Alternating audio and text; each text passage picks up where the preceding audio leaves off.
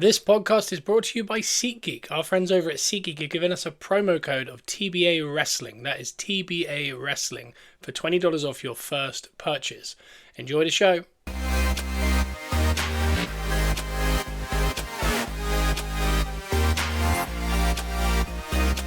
Welcome to Gunners Rust Podcast, where we are positively Arsenal, and that we are. And we are here. This is the debrief. I'm in my briefs. We're ready to debrief the Champions League final, and I have a lot of thoughts.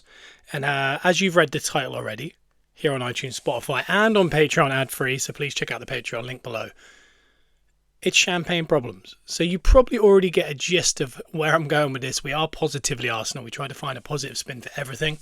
There is too much negativity out there, hence why this podcast even started 3 years ago. It shows you, for years, as Arsenal fans, we've dealt with so much hate that to a point where Joe, myself and Simon, shout out Simon Miller, he's not been on the pod for a little bit, but Simon as well, still in the group chat, still bringing points and discussions, and he will be back on the pod. He's just very busy. But we made this pod because we were just so fed up, because outside of Arscast, Arsenal Vision, the thing about Arsenal, there is some good podcasts. There is so much negativity around Arsenal. And we just wanted somewhere to come chat, come up with some positive thoughts, spin some things to make us feel a bit better about how it was going, because, hey, we were all into Mustafi playing the air guitar and Ozil contract, getting ran out, and Ramsey not being re-signed, the bad man Emery appearing, years of coming forth, years of playing unbelievable football and being made fun of. We dealt with all of this to a point where we made a podcast just to get content out there that is positive and put it into the Arsenal space or in the football space.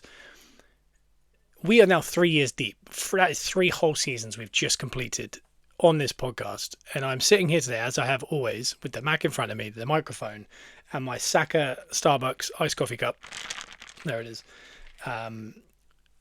And we have come so far, but not just that. When you think how far we've come from the first episode, talking about, is Raya the right decision to bring him in? We've already got Ramsdale. All these things. Can we challenge for the league? There were so many conversations like that. Is it even possible? To see where we've come. But the hate has only got more. And that is something we're going to have to talk about today. Because I think as we talk about the game, we're going to have to talk about the game itself. We'll kind of do all that. There's been so much nuance coming off of it as far as the style of play, the ref's performance, the reaction of other teams to our title win, and obviously the Champions League final, the general consensus in the world, and just how crazy it's all got. And then the parade. We'll finish with the parade.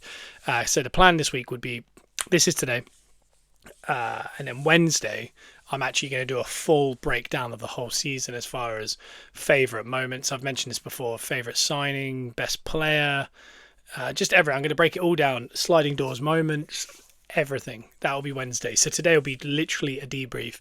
And as I said, it's already called Champagne Problems. So I'll explain why we can feel really good about the season and about this weekend. And I think I feel better after that defeat than I did after we drew with Wolves. And all I can think is that is a confidence thing. It is a champagne problem, obviously, but there's something that comes with winning that title. There is a gigantic weight off our shoulders. And the way in which people have obviously come out since and made fun of it and all that kind of stuff, that's football banter. That's going to happen.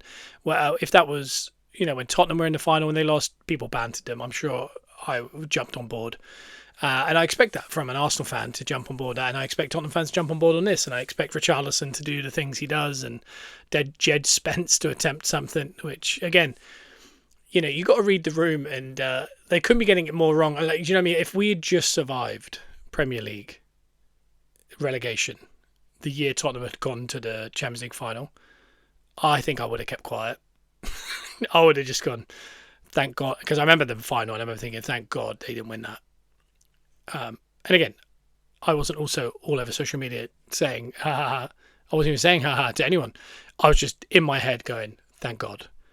But we were certainly not where they were. So it's just they've read it a little bit wrong, I think. But it's all the other fans. It's the consideration that Chelsea, I can understand a slight percentage. It's a London team. You're in competition. Maybe a big 4 or 5 team like Man City or Liverpool might be a little bit. Or we don't want Arsenal to have a European trophy because we want to be the best team. And I understand that kind of competitiveness. But across the league, across football, the general consensus of how happy everyone was that we lost and how they were really going for it. And I love that because they just dealt with 10 days of Arsenal fans being only happy and being outwardly happy in millions, thousands in the street, hundreds of thousands of people in the street. And people have had to deal with that this week and us getting to laugh back. The thing is, we were so strong on the laughing back, and all fairness, not as strong as it should have been. Because of 20 years worth of laughing at us. Hence Saka, Rice, people like that saying, you've laughed at us for so long, now we get to laugh.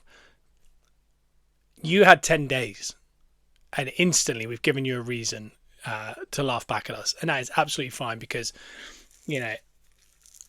I'd rather trip and fall in the main event at WrestleMania than to trip and fall in front of 10 people in a bingo hall. That you set yourself up. When you put yourself out there and do big things, you're more likely to be ridiculed. And that is, again, if we hadn't got to the Champions League final and then won the league, everyone would be angry because all summer they can be like, oh man, we need something on them. And they would have to have waited until the Community Shield or the next year or the way it goes or a sale or whatever it is. But instead we gave them something. But you can only give them something if you're in the biggest game in club football. And that's what it was. And the way I described it to Joe and Simon in the group chat was,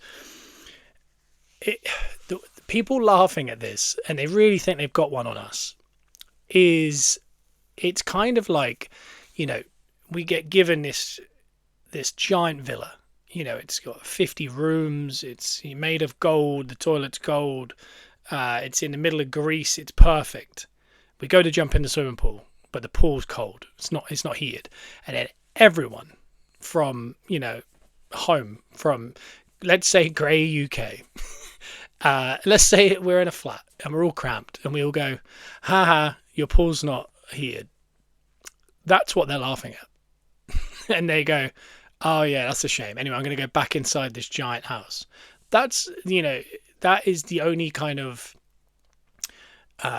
what's the word? Kind of, the only way I can try and rationalize it is that's what's happening. And they cannot see that is hilarious, even to us. That it's not that painful to us for you to laugh at it. It's painful for us to lose the match, of course. And we'll get into that in a moment. But that concept that we're seeing, and we're not just seeing it from general fans. We're seeing it from clubs and admins on socials. I mean, we know as of the Premier League win, as I was mentioning in group chats last year when Liverpool in the league, I was giving the old big congratulations, enjoy it, this is amazing. And yet to have one myself. And it was yet to have one for Arsenal on social media. That every year, all the teams kind of say congratulations to the champion. We didn't get one. And then when Gabriel missed, I think Chelsea put up, come see our trophy tour. It's the only place to see a European trophy, the Champions League trophy in London or something like that. I think Tottenham put one up saying, just down the road, you can see the champions of Europe. You've got... I think Liverpool did. They put up Gerrard holding the European trophy, saying not, one in a million or something.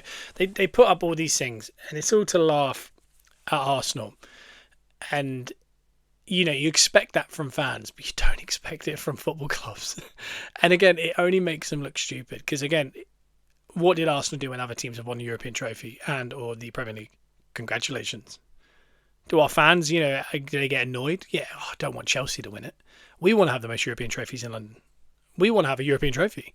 And it's all these things. And the funniest one is obviously even like Crystal Palace did it this week. The European Conference League, the Europa Conference League, is about to become not a major. As of this season, it's not a major. So Crystal Palace won a major, and I think West Ham won a major. Chelsea won a major. It's not going to be considered a major going forward, and therefore it's probably in history. They're going to remove that. And again, to beat the teams that have come 10th in the Greek league and the Hungarian league and the Bulgarian league and Ukraine and all these places doesn't make you the the champions of Europe. It makes you the best 10th place team of the second-rate leagues, essentially, which is great. And again, if it's a trophy, it's a trophy, whatever. That's good. But you're not the champions of Europe. As for the Europa League, if you have two options here, anyone that's won the Europa League, and this, I'm looking at Tottenham, I'm looking at a lot of teams really that haven't won the Champions League, but they won the Europa, who say, Arsenal, we've got this, you haven't. Firstly, we won the Cup Winners' Cup in '94. That then became the UEFA Cup, and then it became the Europa Cup. So we have that. We have that exact trophy, and we went to back-to-back finals, but lost the second one. So in the first instance, no, we also have the same one as you. Secondly, do you know what we never sing?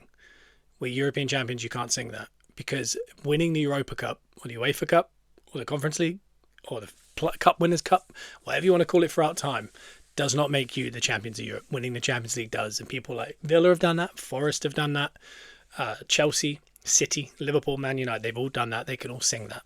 No one else can in the UK.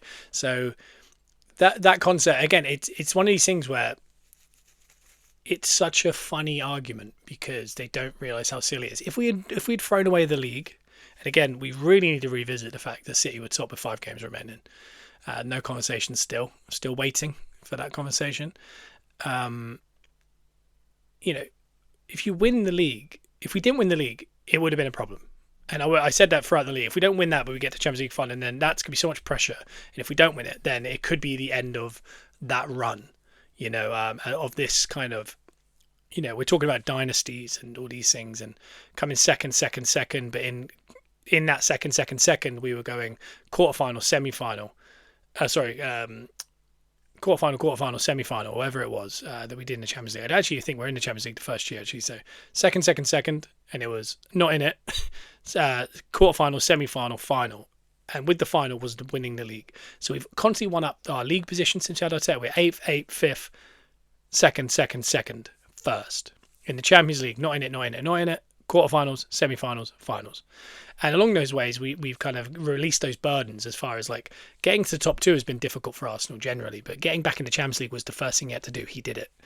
And then obviously to win the league, he's just done it. He got that monkey off his back. But in the Champions League, we got off a couple because certain things we cannot do. And in the history of Arsenal, we've been to 3 semi-finals.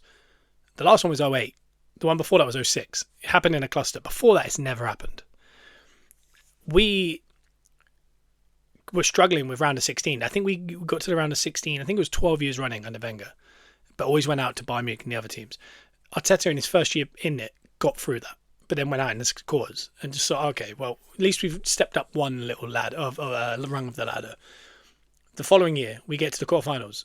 We get through it. We beat Real Madrid. We get to the semi-finals. Then this year, we get to the semi-finals. We win that. We get to the final. We keep one-upping it, and there's yet to be a dip. But had we not delivered that Premier League and we had lost this final, it would have been second, 4 times running, but in the Europe going up. So it still would have been technically a mark up. He's still progressing every single year. But I think, and we had this conversation because we'll talk a lot more about the breakdown of it on Wednesday, but the energy of this season was going towards, we need to win one of them, or this could be the end of this little batch of 6.5 years we've had Arteta.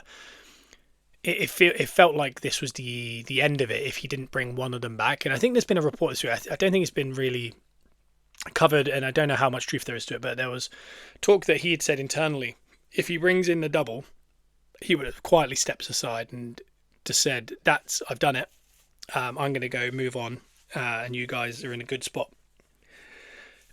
I don't know how true that is, because I think we can all see, and Henry talked about it, and a lot of other people talked about it, when we lost the final in 2006 to Barcelona, that was the last run out, the last hurrah of the legends.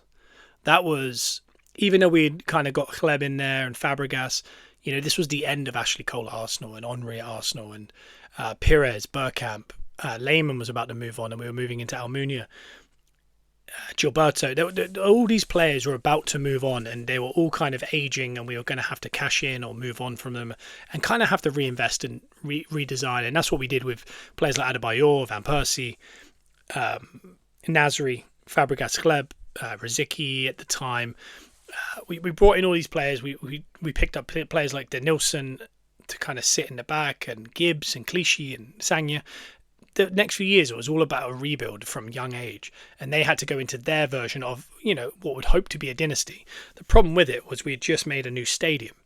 So there were so many negative factors going into that. From the time Wenger took over to 2006 was his dynasty. That was his time. He brought in 3 Premier Leagues. I think it was 3 FA Cups. I think it was 3 Community Shields and a Champions League final. It ended with the Champions League final. That was his real spell. That was the 9-year spell. After that, very little happened until right at the end of his career. He kind of picked up a couple more FA Cups. But in there was, he went second, first. That is unreal kind of consistency.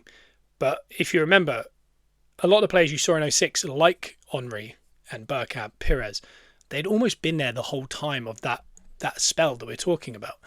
And he kind of tried to regenerate it, but in that time he had decided we need a new stadium, which was the right time to do it. We got ahead of it. First team in London really to progress into that next stadium.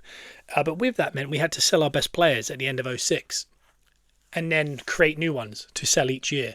And each year we were selling our captains, whether it be Van Persie or Fabregas, and then obviously in there was also Adebayor, Nasri, Clichy, Sagna, all to our rivals.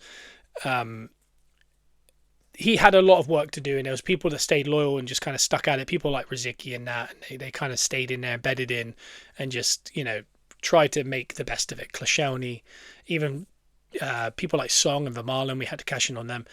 But it was all to pay for a stadium. We were in a net profit for about 14 years. I think it was 16 years. I think Ornstein said after the Champions League. About 16 years we were in a net profit between the end of the Invincibles and when Wenger left, essentially. And when you think of that, well, maybe the last couple of years when he started bringing in Lacazette and Aubameyang, that is an unreal amount of time to go net profit. No team's really done it in the world other than, they have also kept up a brand new stadium. By the way, to be in a net profit while building a new, paying off a new stadium is absolutely unheard of. But to do that, but continue to get top 4, and we had to basically accept 9 years without a trophy. Then we had a little batch right at the end. But when you go back to that dynasty, at the end of that Champions League final, as a fan, Wenger knew it, everyone knew it. The new stadium was built, and everyone went, that's the end of that run. It's going to be a tough few years. And I wouldn't say it's the same as Liverpool right now, because they're moving into a new manager, potentially with Iraola, which is amazing. But they're not paying off a stadium. They just spent $500 million. But the players that they're Henry, Pires, Ljungbergs, Bergkamps, Leymans, Sol Campbells, Ashley Coles, are Robertson, Alisson, Trent, Konate, Van Dijk, Fabinho, Henderson, Salah, Mane, Firmino. Look at that team now. Konate's about to move to Chelsea. Alisson's about to move to Italy. They're all gone. They are only left with Van Dijk, who I don't know. For a quick Google, I can't bother to Google. He's probably, 33? I'd guess 32, 33, 34, somewhere in there. And he's starting to make mistakes. That last year, that last Premier League, I think there was one more year. Salah shouldn't have had to have been there. They should have got rid of Salah, cashed in last year, and I think they would have maybe bought some more players last year. And actually, even though when you look at it on paper, they won the league, and that was the last hurrah. It was our version of us in the Champions League final in 06. Then they reinvested $500 million. They just didn't invest it well. They spent $220 million on 3 players. Then the other $200 million was on other players that obviously got injured or whatever it is, and looking to the future as far as goalies, centre-backs. They were looking for the future. They just haven't been able to get it over the line fully yet, but I think you'll see it next year. But they still need to reinvest another probably $500 million and rebuild that team, and it might be young. Lucky for them, they don't have anything to pay off like a stadium. They don't need to... they also a team that did very well. Like their net spend every year is not a lot because they sell well, they buy well. But even when, as a fan, we're all looking at Liverpool fans are saying it now. It's like this could be a couple of years now. But you remember the years before, between Rodgers and Klopp, when they had to get rid of like Suarez and Torres and all these players. There was a bit, when Klopp took over, that was a real weird team. There was a mismatch of players that were struggling to get certain games over the line. Anfield atmosphere was changing, and he made them all go stand there. This happens with all the greats. When Ferguson left, he left them in a bit of a pickle. He kind of got all the players to the end of their contracts. A lot of them were 30. He didn't reinvest. He didn't get youth through, or very good youth, and then he moved on. So the feeling after 06 was like all of these teams that I'm mentioning. It felt like the end of an era. And it was our last shot. It was Shawn Michaels Taker and Triple H at the end of Hell in a Cell at Mania Night 28. It was that feeling. This one was different. Because we had won that league, it almost like, put some juice back in the tank, because I think when Arteta took over, he wins the FA Cup. I think that gives him a couple of years, because they go, do you know what? He gave us a trophy. He wins the Community Shield that follows after it. He's going to have time. Luckily, the owners with Kroenkes, once they got rid of the red and white group, they had kind of got to a point where they could accept a young manager. And you look at what they did with the Rams with Sean McVay. They knew what they were going to do. They knew they were going to stick with this guy. They trusted this guy. He just had to and he said to them, he said it openly in interviews, it's going to take 5-6 years before this goes boom and we're going to hit the peak. But what we thought was, along the way, we'd slowly build and then peak here, and that would be the end. It'd be like, Arsenal 06, it was the end of it. We pick up a couple, maybe a Carabao Cup 2-3 years in. We win a Premier League at the end of it, or maybe a Champions League, and then. But he kind of only promised that we'd compete at the highest end of the Champions League and try and win a league. We didn't laugh. Everyone else laughed, as always, at Arsenal. And obviously, even with us, we just bought Willian, and we just think what he's saying is not matching up with what we're doing. But either way, they had a plan. They've stuck to the plan. It's obviously something to be commended. But the juice was running thin, I think, this season. I think that juice he got from the FA Cup, the confidence from everyone else, he'd finally reinvested. People like Rice that put new juice in there, but also added a pressure that you have to bring something in. I think 2 years ago when we nearly won the league, that would have been the perfect time to just nick that first league. And then this year, I think we would have been in a situation where we'd be winning the league and potentially win that Champions League. But we didn't. And last year could easily have been the end because we didn't get anything. We fell quite short in the league, but we also knew there was a lot of odd decisions, a lot of injuries. And they went, do you know what, we got one more year. And I think at the start of the season, we said, this is it. This is make or break. This is the year that decides whether this is the start of a dynasty or the end of an attempt at a dynasty. And as it got to within 5 games left of the season, even though we got ourselves to 2 finals and we were in a title race where it was down to goal difference, we still kind of looked around and went, if one of them doesn't come in, it is the end. And we don't know how to explain it to be so far one way and then the other way. And I'm not someone who's saying Arteta out. I'm someone, even if we didn't bring it in, like I said earlier, I think the margins are up. I think Champions League final and second, again, is still upwards. It's not downwards. If anything, maybe slightly across, but making a Champions League final, it's been done once in our history. I think that's a massive up. So, if we're looking for 100% eventually, let's say 100% is the quadruple. This year we were going for like a 95. Getting to a final, we didn't get that one over like, okay, it's a 94. Getting this at 94, but 93. But last year we hit a 85. So I think this is an up, even though it's the same position in the league. But to make 2 other finals, including one of them being European, I think it was an up. So I was very pro Arteta staying, but I could see why he would walk away. And I always said I thought he would choose to walk away. He would say, all right, I've had so many attempts. I've come second 4 times. I've got to a final, but I cannot get over the line. I think there needs to be someone else, a new voice in there to get the best out of that group. But what we knew was, I think when Arteta goes and when you see the parade and you see the way in which Rice is talking, I say, all the players, I love this manager. I love this club. Similar to Wenger, he's connecting this cult-like status to these players that's, they love they love London. They love North London. They love the club. They love the manager, but it's the root of all of this is the manager. He's got them feeling this way. It's got the fans feeling this way. I think when you remove that manager, all of a sudden, Saliba goes, I've loved my time here and I'll forever be an Arsenal pundit, but I think I'll go give Real Madrid a try. And I know he said, Barca, Real, not for me. Arsenal's my team. But he's also said, I need to win stuff here. He's won something now, And again, if he hadn't, I don't know if he would have, but either way, we don't know if, and Gabriel goes, I loved that period of my life. It was the best, but I think I want to go back to Brazil. I think I want to get cash in at Saudi. I don't know, but it might be manager dependent. Rice goes, you know what, Bayern Munich for a couple of years, win a Ballon d'Or, I'll be happy with that. Because you can go to PSG and, you know, Bayern Munich, and this is why Kane did it. And this is the other thing that will come back to the final is certain leagues are a breeze for certain teams. And they have great managers, great players, poor leagues. I think the Bundesliga and Liga are that, particularly that. It's the reason why PSG, when you look at the minutes they've played, they've, you know, Neves, Mendes, Hakimi, Dembele, Vitinha, they played half the amount of minutes of all our players. You know, Calafiori has more minutes than all of those players in all competitions this year. Calafiori's hardly played for us this year through injury. When you can do that, you can come with extra energy. And the fact that we took them to the end says a lot about us. 63rd game of the year. Can't be. We haven't had games off where we can just rest everyone. We haven't been able to do it. We took the Premier League to the last week. So these kind of little outlets for players like Declan Rice, who's world class, if he gets to another 2 years and he hasn't won anything else, he can go, do you know what, let me do 2 years at Bayern Munich and they'll want me. Guarantee a league, guarantee their version of the FA Cup, and I'll have a shot at the Champions League big time every year. It's not going to be that big of a struggle to at least make a semi or a final, and I might be the difference. Same with PSG.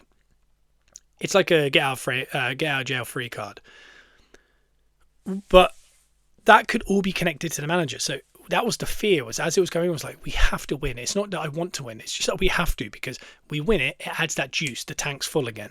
All of a sudden, Arteta stays. All of a sudden, those players are reinvested. All of a sudden, they see how happy the crowd are. They see how happy it is. See how much they love lifting that trophy, as they've all been saying.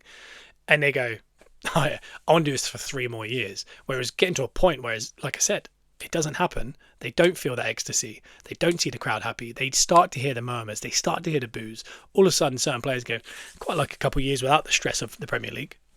You know, I quite like to not have such an intense fan base, because when you've got a fan base like Arsenal, when it's going well, it's the best. You know, they're literally, you can see them, they're in heaven. When it's going wrong, it's rough.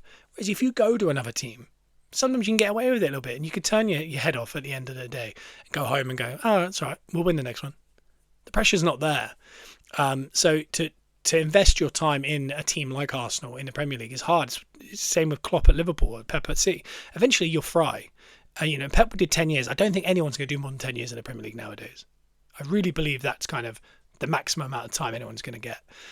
So, you know, when we're 6.5 years in Arteta, that's another 3 years. And I'd love to see, you know, Rice, Saliba, Gabriel, Saka, Dalman, all these players, 3 more years.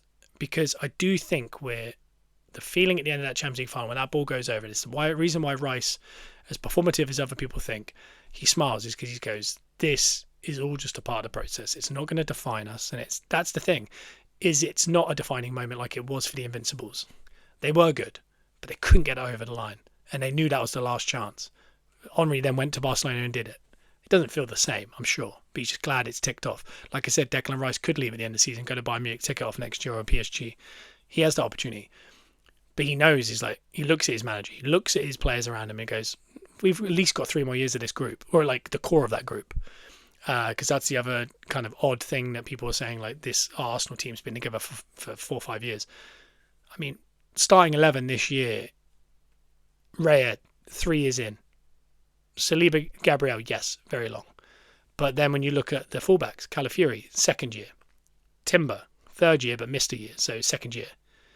The midfield, Rice, 3rd year. Zubimendi, 1st year. Eze, 1st year. Saka, been there from the start. Trossard, it's 2.5 years. Gyökeres, 1st year. When you look at it, it's like, that's not a team that's been together 5 years. That's majority a team that's been together either 2 years or 1 year. So that concept is bizarre, and that's also the adaptation Arteta's been doing year on year, and he has to go again now. And that's what's so kind of great to hear, is this does feel like the start of something. You know, could we be here doing this podcast this time in exactly 12 months, having not won anything, and Arteta got sacked at Christmas? 100%, that's football. It can happen. We could lose every game until November, and it's just, for whatever reason, they lost the motivation. They lost it. Certain decisions don't get their way, and that is something we need to talk about, because you do feel like after this year that almost like the second half of that Champions League final, something could switch. So something to look out for next year. But either way, that could happen. But also, it does feel like that team it's not a fluke. You know, in the first year when we challenged, it felt like a fluke, and that's why the following year when we started this podcast, that was the question: was it a fluke, or are we actually title contenders now? It turned out we were. We were even better. Then the following year we fell off, but we came second. Then you do have that question mark. Then this year with the big question marks, and I think 10 games in, I thought, I hope we have a good run in the Champions League. I wasn't really thinking about the league. It turns out to be the best year we've ever had, really. But that doesn't become apparent until very late, and you have to kind of keep that in mind because, we could have some stubborn football at the start of next year, and that could cause some groans and some question marks, and maybe certain signings don't pay out, and certain sales aren't the right sales, and that all has to go right. But the chemistry at the end, like I said, when that ball goes over, and the reason why Rice is smiling is we've got 3 more years of attempting this, and we're only going to get better because when you hear Alberta and you hear Kroenke, and by the way, they're on the bus at the parade, they're on the field at the Premier League win, they're in the Sobar reality when we win the league, they're doing all these things. Lone players are getting woken up from their bed, like when Airy from Lewis Skelly, and taking him to tape in London to celebrate. That energy and that crew, and then however many people, 1 million people turned up for the parade.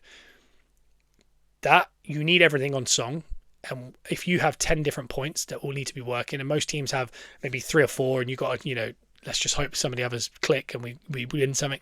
We're working on 10s. All 10 lights are on. The manager is in sync with the sporting director who we need. The owners are in sync of, well, we're completely abiding by the rules, and our PSR is massively in the green. And people can sit here and, the question marks in the last year have been, did they spend too much? All these kind of things. Yes, it would be nice to have net. When you go, yeah, but this summer we only spent 80 million technically because we sold this many players.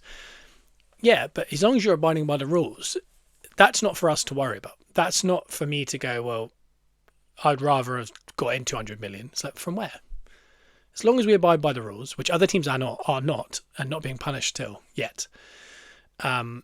It's all good, and as fans we should be enjoying it. And this is something we're going to talk about in a bit, which is the negativity around things that are not in our control and don't really have any merit, as far as spending too much or how we play and all these things that as fans we don't dictate. So you can't really level us with that complaint. But before we get to that, I think we kind of actually have to talk about the game and the build. I think the build-up was awesome. I thought the killers were awesome. Budapest looked. I had such FOMO watching everyone walking around the streets. It looked red hot. The arena, the stadium looked unbelievable. The red and white shirts being put out for the fans, and obviously PSG had the blue and red. It looked proper with the killers playing. Mr. Brightside right at the end. There was such a good energy, and then it going to seeing our players ready to walk out in the biggest game in club football. Was again, like I've been saying all season, it felt like AI or a cut screen in FIFA. It didn't feel real that Odegaard was standing there waiting to walk out against PSG as the 2 best teams in club football. And as much as we feel like we've been building towards this, and we are that, to actually see it is different because, in a cup competition, unlike the league, one weird game or one weird decision or one weird moment in a fixture in a round of 16, this doesn't happen. You have to be so consistent, but on a one-off basis. It sounds so weird. It's, with the league, you can have like 2 draws in a row. As long as you win the next 5, it kind of means nothing because you're going to draw games. Whereas here, you draw 2 in a row. That could be, and then it's a lottery on a penalty, as we learned. You're out. So to get there, while maintaining the league and actually beating it, and there is a lovely duality between making a Champions League final against a nation state team whose cheapest player in their 24-man squad is 53 million, and then in the league fighting up against a team who cheated, have 115 charges over 10 years, also nation state, also richer than PSG, who have a £3 billion squad. The idea that the conversation around, the piggy in the middle there is Arsenal between those 2 teams. The conversation we had this year was online and on punditry. It was literally in front of us on Sky. City got to save football. the team that did sports washing allegedly, and 115 charges, nation state owned. They have to, with hardly a fan base, they have to save football from a historic, classy football club like Arsenal, who haven't won it in 22 years, but they're the good guys. Then you jump over to Europe.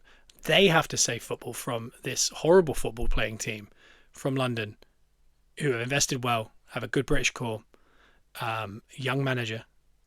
They're the bad guys. And there's a lovely duality of just being the rose between two thorns of everything that we kind of is wrong with football. And then in the middle is everything is kind of right, what we want to see in football. But the general consensus is the one in the middle is the wrong. That's the bad one. Because they can't put bias aside. Because PSG aren't real. You know, PSG have a great history. But the modern history of PSG, they're a basketball team. They just buy the best players, they pay the biggest wages, and they just hope it works. It didn't work. But then they got a team together. It does work. But what people think is, oh, they're not paying massive wages now. Yeah, they are. In the whole of Europe, they have the second biggest wage bill. Like I said earlier, the whole squad is cheapest players 52 million. This is not an underdog story. They play good football, yes, 100%. But they need you to not do what we did. Do you know what Arsenal fans have done for 20 years is play against the Arsenal that the way which we played against PSG is what Arsenal have played against for 20 years. And everyone said, yeah, that's football. That's how it goes. You've got to figure out how to break it down. And when we couldn't, and we kept going sideways, they would say they have to find a plan B, like set pieces. So we did. That was a problem. And then in this final, what I found was I watched a team like us get an early lead, which as an Arsenal fan we've watched happen against us a lot, and then defend extremely well. Unbelievably well. Where the other team, PSG, the quote-unquote unbelievable football team, went side to side, and created 0 chances in 120 minutes from open play. And then won on penalties. Which, you know, fair enough. Good for them. But it's just interesting to see that kind of, again, duality of what we're experiencing and what others are experiencing. And like I said, take everything away. Take football away. Look at the business model of the 3 teams I just mentioned, PSG, Man City and Arsenal. And you take any bias away and ask someone, which one would you like to be winning things? Because we know the way the world's going. We do not like the way it's going. It's a general consensus. But with this one, we have to change that because I don't like Arsenal. I don't like their fans. What you don't like is not their fans. You saw their fans. It's unbelievable culture across London. It's an unbelievable culture across the world. You know, this is black Arsenal. This is one of the first teams that used black players. This is one of the first teams that got foreign players in. This is an unbelievable cultured team, a club across the years. You know, you don't hate that. You just don't like Arsenal Fan TV because it went viral 5-6 years ago because they're nutters that are rage baiting. But guess what? They're exactly the same as every other social media platform that does football, from Rory to Jennings to Pitchside to anything you want to name. They are just as bad as AFTV. They're just not Arsenal fans. They're other fans. But they're doing the exact same thing. Arsenal fans were just the first team to... Not the first team. A 5 group of people were the first people to realise rage bait is a good way to get content. And because of that, the whole world goes, oh yeah, their fans are awful because they think it's those 5 people. No, it's not. It's great culture across London and the world, like I said. So you can't remove that. They cannot remove that bias and see actually the wood through the trees. You know what I mean? It's the... I don't know. It's so hard to explain, but when we walk out and I see Odegaard, I see Saka, I see Lewis Skelly in the midfield, and they look to the bench and they show it, and it's, you know, Ezra's sitting there, Max Dowman sitting there at 16 years old, and I think, yeah, these are the villains. These are the villains of the piece. But it was interesting. The lineup, the way I described it, and I spoke to Lewis on Prince and WWE, and I talked to Simon and Lou, and I can't remember the exact wording. I spoke to Carl, obviously, from work. I spoke to everyone that when we talk about it. And my feeling was Hincapi over Calafiori feels like it's more sensible over progressive. But Lewis Skelly over Zubimendi feels progressive over sensible. Odegaard over Eze, sensible. And then Havertz over Gyökeres is also sensible. I don't mind that. Sensible in the Champions League finals, probably, no pun, sensible thing to do. But Eze and Calafiori might be more productive but less sensible, but they could be someone that can change games later on. That kind of is how I felt with the lineup. I would love to have seen the hot hand, which again, it was half. I'd love to have seen Calafiori start. He ended up not playing any minutes, bless him. He deserved some minutes, I think. We all want to see Timber. I thought Mosquera was unbelievable in this game. And I think before we get to any kind of talking points, the Mosquera alone we just need to talk about. This is a 20-year-old we got for £13 million. Probably didn't expect to play a lot of games. He's played over 35 games this year. A lot of them out of position. He's our third choice right back against the best player in the world. That's what they were telling us. Or the best, at least left winger in the world currently. That's a definite. He got a booking in the early part of the second half, which we'll talk about when we get to the ref stuff. But he didn't make one mistake until he did. That one mistake. But like I said earlier, the best attacking team in the world, they created one chance that created a set-piece goal from a penalty, which, as we've been told all year, they don't count set pieces, so we technically won 1-0. But that's your words, not mine, obviously. But he allowed him the wrong side of him once, and he made a mistake. It was clumsy. It was 100% a penalty. But our third choice, 20-year-old, right back on a yellow card, made one mistake in 65 minutes. And it did cost us. But just talk about how good of a player we've got there when you're looking at, the likes of Jed Spence out there tweeting about it, and others. And you just think we've done some business there. And this is why, again, when we lose that penalty shoot and you look to the future and you think, Saliba and Gabriel aren't 32. Saliba's literally 24. But Mosquera's there in 20. He's ready. Hincapié's 22. He's ready. Calafiori's 23. He's ready. We're going again already inside. They're reproducing while producing. This is not usually the norm. Usually almost in every position they are. And if we aren't, we're bringing in guys from the same place. From Saka to Madueke to Waneri to Dauman, they're evolving from 24 years down. It's, there is so much depth for the future that this is why it feels like the start of something special. Because we've got everything else on song. We just need to keep producing. But I just want to shout out Mosquera. I think he was unbelievable. I thought Hincapié couldn't walk at the end. We couldn't make him a change. I think Gabriel was trying to get a change. We had made all 6 because you get the extra one in extra time. But he couldn't walk at the end. He couldn't jump. And that was the only chance they had in the whole game was near the end. He couldn't jump and they got that header back across. And I think that was their first shot on target in the game outside of their goal. From inside the box, obviously. They'd had a couple of pot shots from distance. But it took for that, and he played unbelievably well, Hincapié. I thought he was unbelievable. I thought Saliba and Gabriel were unbelievable. I thought Raya wasn't really in the game, but I think he was good. He stepped up when we needed it. There was that free kick, I think, with bounced right before him, really good hands. There was another one where he bobbled and got it out on a set piece. Rice, I thought, never stopped running. I thought Lewis Skelly was, he just fits in there so good. He's a player that we have to respect and play next year. And we were saying that the year before in left back. And we were saying, hopefully, he play midfield. And it took us all this time. But it seemed like from his interview on the overlap, he'd been learning that role since, I think it was November, they said. And it wasn't until April that he got to play it. And that was because Arteta felt like he'd kind of figured out every bit he needed him to know before he could put him there in pressure situations. He's now not just done that, he's done an even bigger pressure. He's done a semi-final and a final in Champions League, as well as the run-in of a Premier League. And it's gone extremely well for him. So I expect him to play a lot of games in that role next year. And at 19 years old, again, finding it, that's a £60 million player if we have to go find that from another league. And he's right there, as he would say, pure profit, which I do love that on the social media post. I thought Odegaard was decent. I think he set the press really well with Havertz. I think they work really well. Trossard was more in it than Saka, but I think they did what they did to Elise with the Bayern Munich second game, is they kind of nullified Saka. They were doing that thing where they kicked the ball out purposely to kind of gain territory.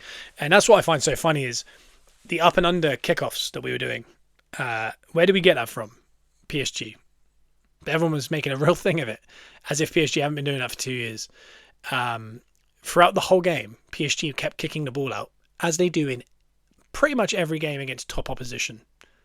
They purposely kick the ball out in the exact same spot and they find their press and they sit high. So therefore they suffocate you. it's a great plan. It works very well for them. But it's just really funny because the commentary and everyone online, they thought, oh, that goalie's distribution's really poor. But Arsenal doing an up and under is awful. Not knowing that they did more up and under technique than we did in the whole game, because they did on every goal. Every time the goalie got the ball, he would do the up and under technique. He was just different to the way we were doing it. So it was just really funny to see things like that. They set up their set pieces. They took their time on their set pieces too. It was just very, interesting when, the word afterwards was, we're anti-football, taking too long on our set pieces, as did they. We're up and undering the ball, as did they. And dark arts, Havertz got punched in the neck, went down. Don't know how that's dark arts, but certainly it was framed that way. And then when Doué slid in on Saka and sent Saka up in the air and landed on his coccyx, Saka got a booking because Doué was rolling around like his leg was broken. So the conversation is just so clearly narrative at this point that you have to laugh. And it's also a reason why I think going forward, I don't know if you can have conversations with them. I think that's what I've learned this year. We've added a little confidence, a little chip on our shoulder because we've won the league. But for years, I tried to have educated conversations. If someone said that's an Arsenal red, I'd say, you know what, I think I agree, yeah. And then when it's the other way around, it's like, oh, and it really infuriated me for so long. Winning the league makes me kind of have that confidence to be like, I don't care. But the lack of understanding of football has made it so apparent to me. You can't have the conversation, so there's no point even wasting your breath. It's just bizarre. And early on, I thought we looked really good. I know it's only for 5 minutes, but I thought we looked really strong. They just looked confident. I felt good. And then obviously ricochets off a Trossard. Havertz runs it the length of the field, and I think he's got to pull it back, and then he just roofs it. It didn't even feel like it went in. I just didn't know what happened really. So we go 1-0 up. Unbelievable. I just thought, is that too early? Beggars can't be choosers with, a massive game like that. Champions League goal is huge. And it is funny again, it's, the narrative was, is that too early? It was, should they be celebrating that early in the game? It all said on commentary. And then I looked back and, Mane scored the opening goal in the 2-1 loss to Real Madrid. And again, there is a long history of teams like City, Chelsea and Liverpool losing a Champions League final a year or two before they win it. And they went absolutely nuts for that goal. And I just thought, God, we've been so pushed down about the way we celebrate that we almost aren't enjoying the fact we scored in the Champions League final. It's almost like, yeah, but you didn't win, so it doesn't matter. It's like, you got to enjoy the moment. And then the game kind of went into, we sat back and I was saying it to the group I was with Bruno and my dad, and I was saying, it's a very long time to do this against a team this good. I don't know if you can do that. I was wrong, because essentially we did it. But Bruno, he said, he was like, it could be weather and storm, it could be a 10-15 minute spell. And I've watched enough Arsenal this year that sometimes when they take a win, a 1-0 lead against big teams, they accept that it's a 1-0 win. And they cannot get out of it. And if they score, they can't even figure it out then, because they've been in so much shape that they can't almost get back to their kind of momentum and patterns of being an attacking team. So if the other team score, I feel like it's almost curtains for us. We get to half time, minimal happens. I think Saka, I thought that potential penalty of him, with the way they've refereed this Champions League, I have no clue how he's not given that as a penalty. I do not know. I'm glad he didn't. I don't think it should. In football, I don't think it should be a penalty because it doesn't affect anything. There was no one around. It just bobbles up on him and touches his hand. But by the way they've reffed that, I have no clue how he's not given that. Obviously, the Hakimi strike on Havertz happens. And then as the half goes on, I've started to notice that, when we're doing a throw and we pass it to the next guy, and it's all stuff we just do in the league, and what people don't like, it's like slowly slowing it down. It's not massively time wasted. It's frustrating. It's slow. It's what we've dealt with for 20 years, teams doing against us, and everyone's laughed and everyone's said, that's football. Teams find a way. But we're not allowed to do it. We're not allowed to do that. And I noticed the ref starts getting a bit strict around 40 minutes. And I thought, because at that point, he'd reffed it really well. And like I said, he had the opportunity to give them a penalty. He didn't. There was a couple of set pieces where he didn't blow up for a foul. And I thought, okay, he's allowing it to flow a little bit, which is not very Europe, but, you feel good about it. And then we win that throw late on in the half. We take our time on it, and watching it live, it gets put behind for a corner. And I remember thinking, if we're not quick with this, I think he's going to blow. And I don't think it just felt the feeling I had, not because of the way he had reffed it, because I think he'd reffed it well. He just slowly started to get a bit strict with some of the slowness, which maybe was in my head. But even I felt the feeling of, and I don't think we took particularly long on this, because Saka goes over there, he walks over, puts it down, and then he blows up. It's not like he took forever to take it. It's just, I think he wanted him to run over there and just whip it in, which in some stages, parts, I'm like, yeah, and I said it out loud. I said, he's going to blow up before we take that if they're not careful. And they did, and I thought, yeah, thought they would. But the other thing is with a set piece, you got to get in shape. What do you want us to do? Him to sprint over there and just whip it into no one? Like to two players against their 10 and then they counter-attack. Like, you can't. So either way, it happened. We got the throw in, but we never got the corner. In this game, we never got a Rice or Saka corner, which is really interesting. I talked about set pieces being a big thing.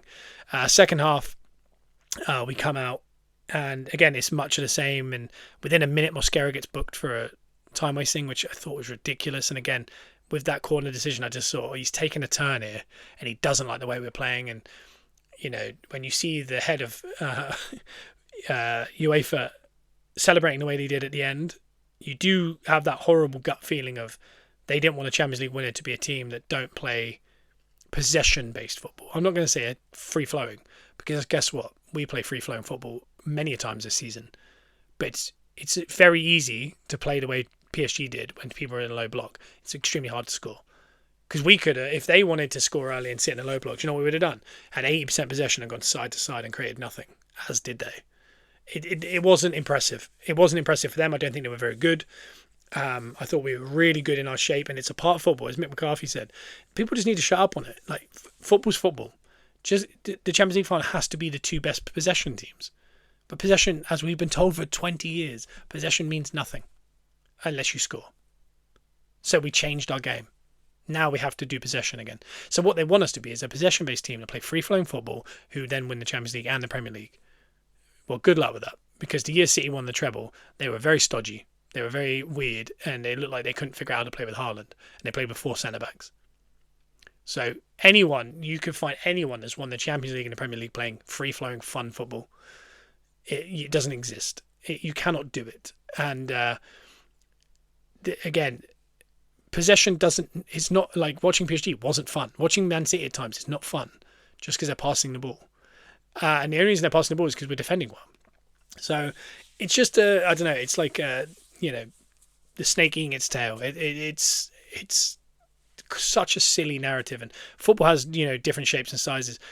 Jose Mourinho played the worst game in history, according to the way in which people want football to be played now, when Inter won the Champions League. Watched their route to winning that Champions League with Jose. It is awful. And people went, well, it's up to other teams to figure it out. But for us, we were ruining football. So, again, this is, and people, if you're a non-Arsenal fan, why are you here? But if you are, their conversation is, they're playing the victims. Because we're giving you the proof. Here's 1,000 clips over the last 20 years of people saying, we can't do this, we should do this. We're now doing all the things they said we should do, and we'll win the league. So we're proving you right. But now it's like, no, you shouldn't be doing that. And it's just that frustration. But either way, Kvaratskhelia gets the wrong side of Mosquera. He brings him down. Dembele takes the penalty. It goes in. It's 1-1. And I think from then on, I feared the worst a little bit because I knew we couldn't get out of it. But at the end of the first half, we had this really nice interplay where, I can't remember, it might be Mosquera plays it in, Saka dummies it, Odegaard knocks it through to Havertz. He has the opportunity. It takes too long to get the one-on-one chance out. That could have been easily 2-0. I think that was the best move of the whole half. And then in the second half, every time we got our foot on the ball, and Lewis Skelly at one point ran through them, Saliba ran through him, Rice ran through him, it was frustrating because you could see that if we could just pick the ball up and run, their defence was nowhere. We just didn't have the courage. And in the first half, I remember there was a moment where the ball goes loose kind of in the middle of the final third. Saka's like 20 yards away. Their players are about 20 yards away, but Saka's going to reach it. You see him run like 3 yards, and then he kind of goes... It was all like 45 minutes, so he was probably thinking, I don't want to concede. So he kind of stops, goes to run back towards Kvaratskhelia to double up on him with Mosquera. Then realises, like, I think I can get that. He goes again, and he pretty much gets there at the same time, and it's like a tackle. If he hadn't mucked about thinking, and again, it shows you where their mind was. It was like defense first, which again, I can understand. It was the game plan. But things like that, if he got on the ball there, it was 3-on-3. Because the only thing that makes it more fun to defend is to be 2-0 up. And I think we just never got out of the mindset of we didn't need another goal. And when we made really good moves, we were very sloppy because almost like they hadn't touched the ball enough. And in the second half, we had some really nice interplay between, I think it was once Timber came on, we had Saka. Madueke was actually really good when he came on.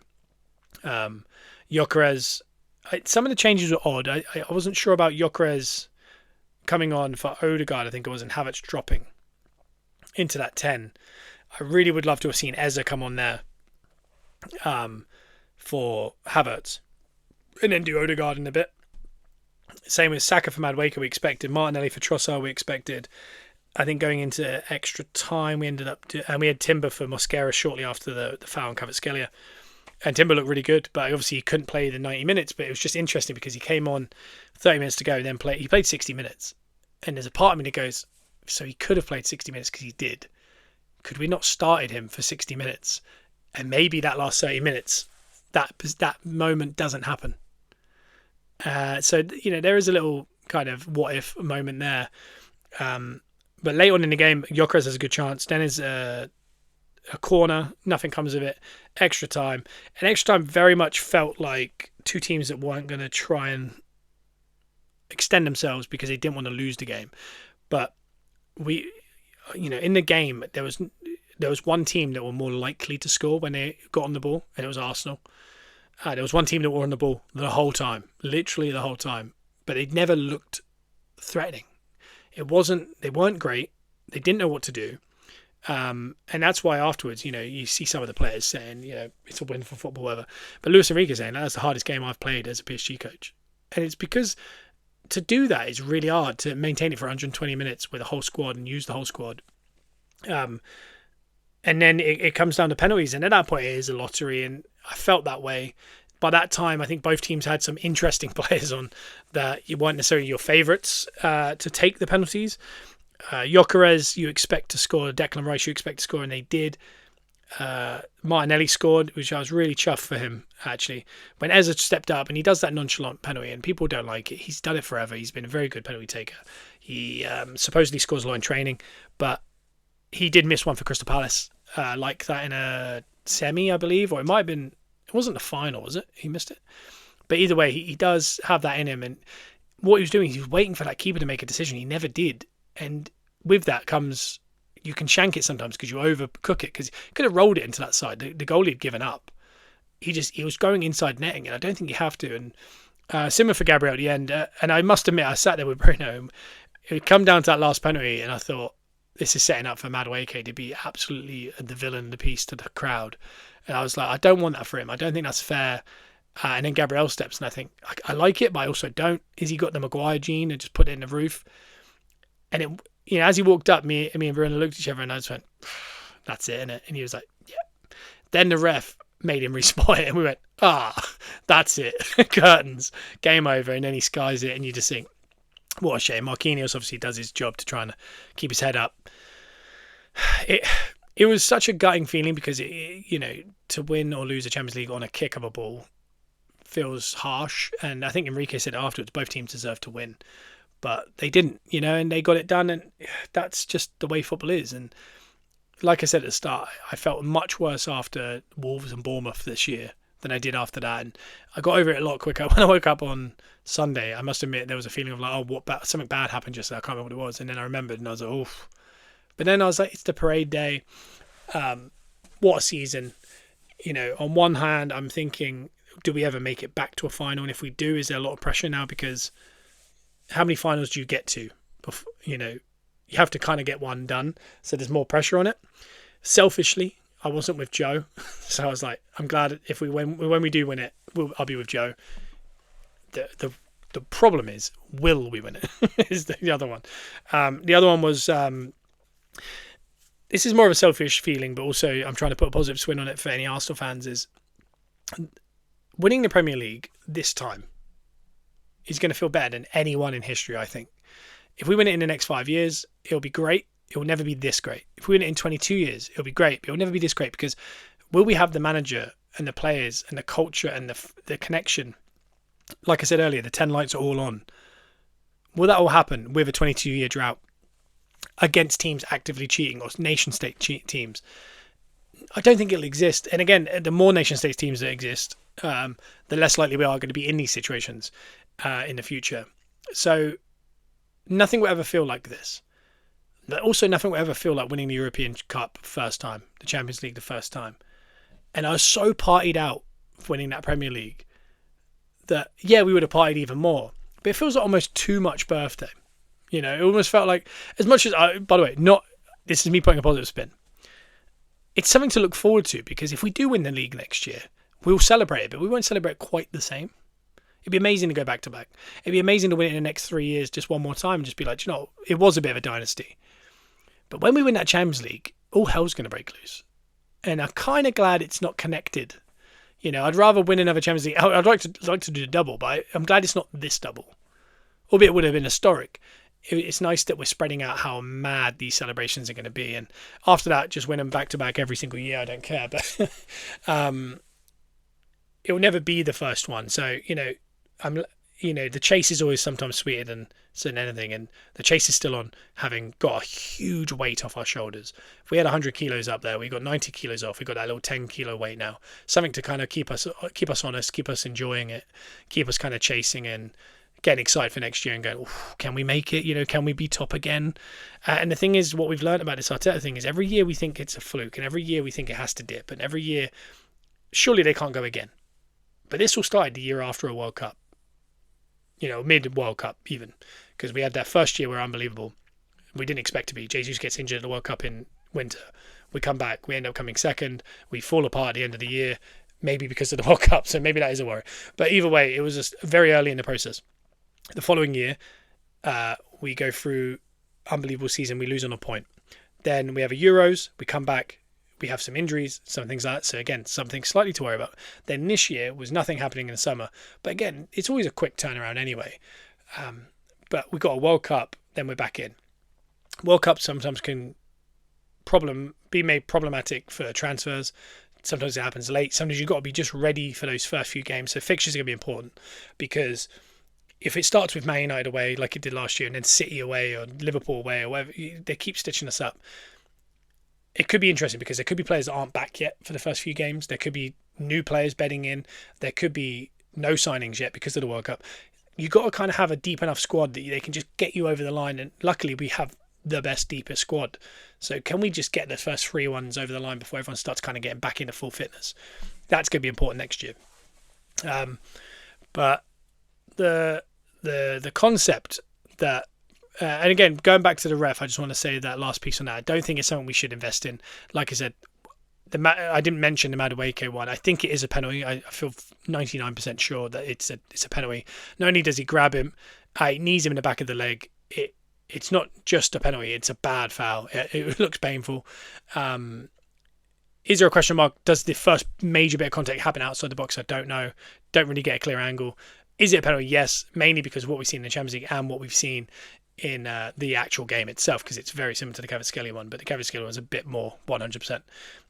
But again, Saka could have, with the way they ref in Europe, could have easily have given away a penalty early on, and that could have changed the game. So we'll never know. But it's something I think we shouldn't dwell on is the reffing. But it's something that we do need to think about going forward. Is there was a switch at halftime, the way in which the micro decisions were going and things like that. And that's not so much of we would have won it if he didn't. No, absolutely not. It could be a pattern. And I wonder if we might get it in the Premier League next year, that you see a bit more of them going, yeah, do you know what? The narrative is that I don't like the way they play. And all of a sudden decisions go very against you. And we've seen that in the past with Arsenal.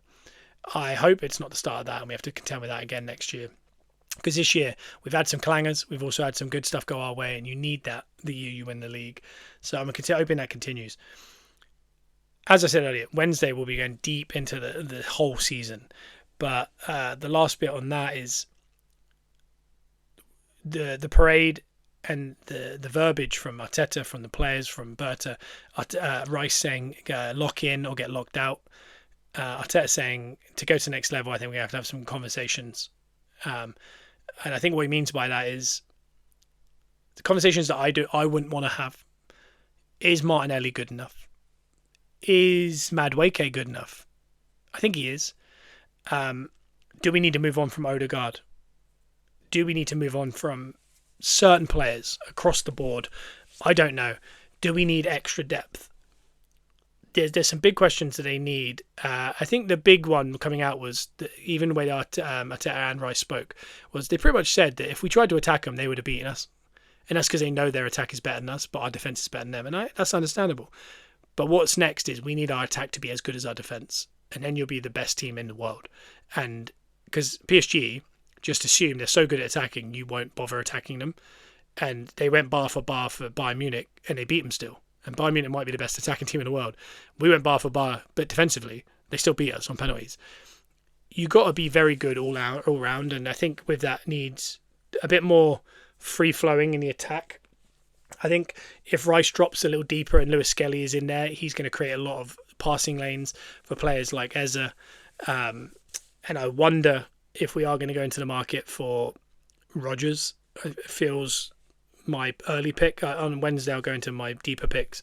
But someone like that who can carry the ball, because if you plucked Rodgers and popped him on that left side, drifting inside during that game, his running power, he would have ran through PSG. We've seen him do it with Villa. We might even see it in the Super Cup next year now, if he's still there.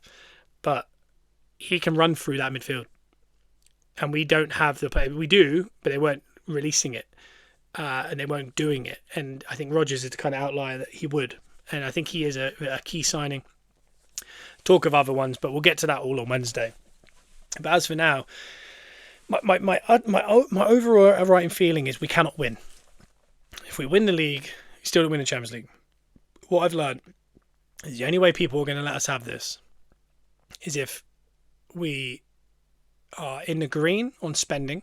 So like what Wenger did for 16 years running, we need to be in the positive on net spend. No money spent. The whole team has to be British. We have to play free-flowing football. We cannot score from set pieces, but we have to win the quadruple. That is the only way in which people might go, yeah, fair enough. But even then, they'll probably have an issue with win the dog. So that's my last set on that. And we'll look forward to next year. And I think, to be honest, I think my feeling is I just don't care. We won the league. We won the league, and I'll talk about everything on Wednesday. So look forward to that. If you've enjoyed it, please give us a 5-star review. If you're a regular listener and you haven't done that, please just go below, click the 5-star, leave a little review. It does help the algorithm so more people see it.